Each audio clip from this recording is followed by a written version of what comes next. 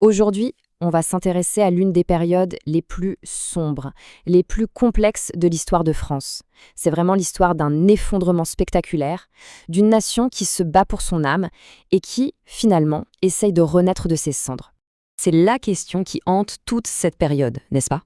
En 1939, la France entre en guerre plutôt confiante, avec une armée réputée. Et pourtant, moins d'un an après, le pays est à genoux. Comment une déroute pareille a-t-elle pu arriver? C'est par là qu'on va commencer. Alors, tout commence par une défaite. Mais attention, pas n'importe laquelle. Une défaite si rapide, si totale, qu'elle a littéralement stupéfié le monde entier et les Français les premiers. Regardez cette chronologie, c'est vertigineux. Imaginez un peu. Septembre 39, on déclare la guerre, mais il ne se passe presque rien. C'est la fameuse drôle de guerre. L'armée française attend bien sagement derrière sa ligne Maginot. Une stratégie qui va se révéler tragique. Et puis d'un coup, en mai 1940, c'est le Blitzkrieg, la guerre éclair allemande, qui déferle. En à peine un mois, c'est fini. L'une des plus grandes armées du monde est balayée. Juin, on signe l'armistice, et en juillet, le coup de grâce, la Troisième République, le cœur démocratique du pays, n'existe plus. Tout a basculé en quelques semaines, à peine. Et voici le moment précis où tout bascule, un véritable séisme politique. Face au chaos complet, le Parlement vote les pleins pouvoirs au maréchal Pétain, qui était vu comme le grand héros de la Première Guerre mondiale. En une seule décision, la démocratie est mise de côté. C'est un tournant radical et ça va changer le visage de la France pour les années à venir. Bon, avec la fin de la République, un nouvel État se met en place. Après l'armistice, il faut savoir que la France est coupée en deux. Au nord, une zone occupée par les Allemands, et au sud, une zone libre où ce nouveau gouvernement s'installe, dans la ville de Vichy. Et ce régime, il va proposer une vision radicalement différente de ce que la France devrait être.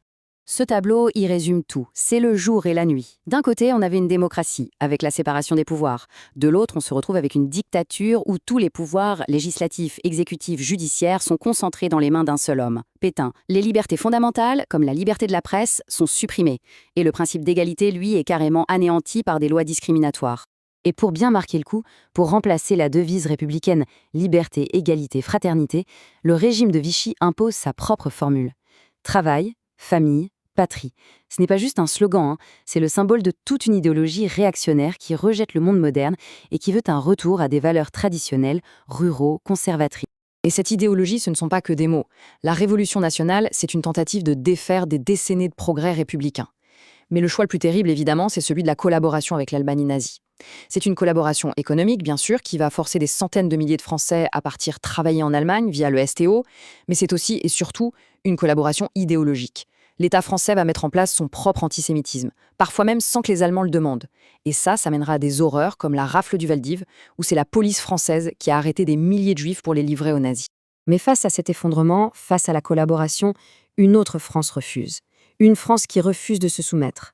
Une France de l'ombre qui va commencer à mener le combat pour la liberté.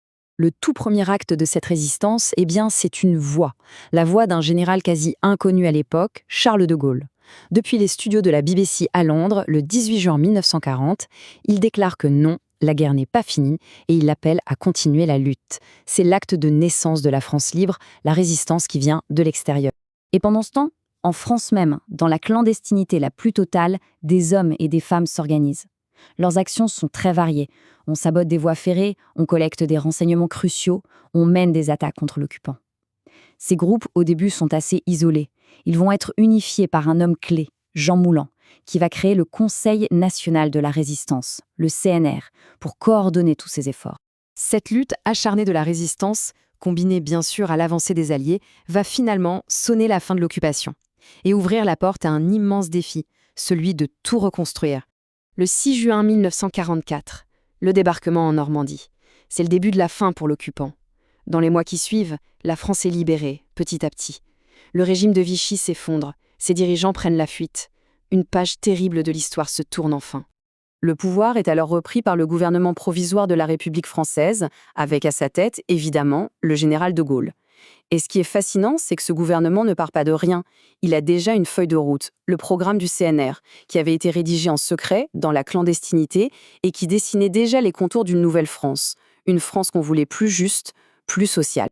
Et ce programme, il va se traduire par des réformes absolument majeures, des réformes qui structurent encore notre société aujourd'hui. C'est à ce moment-là, par exemple, que les femmes obtiennent enfin le droit de vote. C'est aussi la création de la sécurité sociale, pour protéger tout le monde contre les accidents de la vie. Et pour reconstruire un pays en ruine, l'État nationalise des secteurs clés comme l'énergie ou les banques. Bon, socialement, on avance. Mais politiquement, on fait quoi? Il faut tout reconstruire. Et là, c'est compliqué, parce que les différentes forces de la résistance, des gaullistes aux communistes, n'ont pas du tout la même vision. Finalement, une nouvelle constitution est adoptée.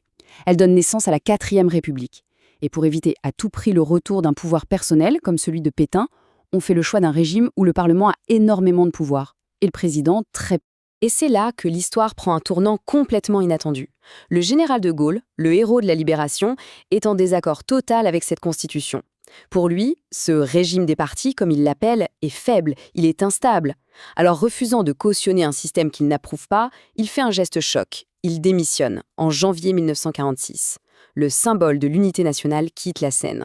C'est incroyable, non? Le symbole de l'unité nationale qui claque la porte au moment où tout est à refaire.